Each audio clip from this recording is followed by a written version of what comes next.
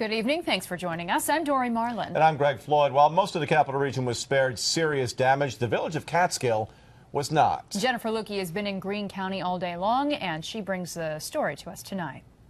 Well, high tide has hit here in Catskill, and you can see that the water is just totally overtaking this street yet again. Where I'm standing is actually in a county park. Normally you can walk, bike, run in this area. Now totally covered. This peak right here is where the Catskill Creek meets the Hudson River, and this is the second high tide of the day. This one looks bad, but the one this morning was so much worse. Frank Guido's restaurant was destroyed in Hurricane Irene.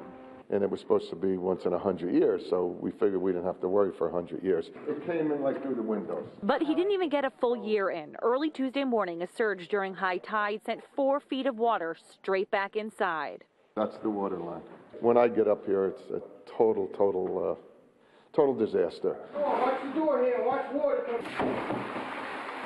To make matters worse, Frank has another restaurant in Kingston that was also flooded overnight. But look at that, that's the water into the deep fryer. Still, he plans to rebuild again. I said to myself, to my wife, how can we do this one more time? We did it just last year. In fact, we just got our last payment from the insurance company like 3 weeks ago. And here it is again. But we have 25 people working for us in the winter, 40 in the summer, and we're not going to give up. Also in it for the long haul, the owner of Riverview Marina just down the street. I thought we dodged the bullet. But just to be safe, Mike stayed the night. Well, that's where I was sleeping, yeah. About 1 o'clock, I woke to the sound of water just rushing into the place I was sleeping. Boats were thrown about, inventory washed away. Now all there is to do is start picking up the pieces. The DEC was also here today because of this. A fuel pump station also impacted by the massive surge. The sewage treatment plant here was also overrun with water.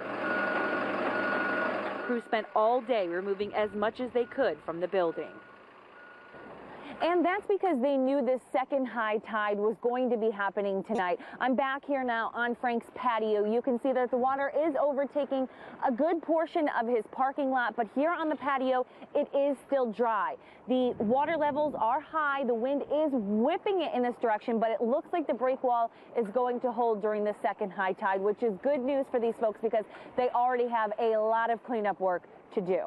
In Catskill tonight, Jennifer Lewke, CBS 6 News.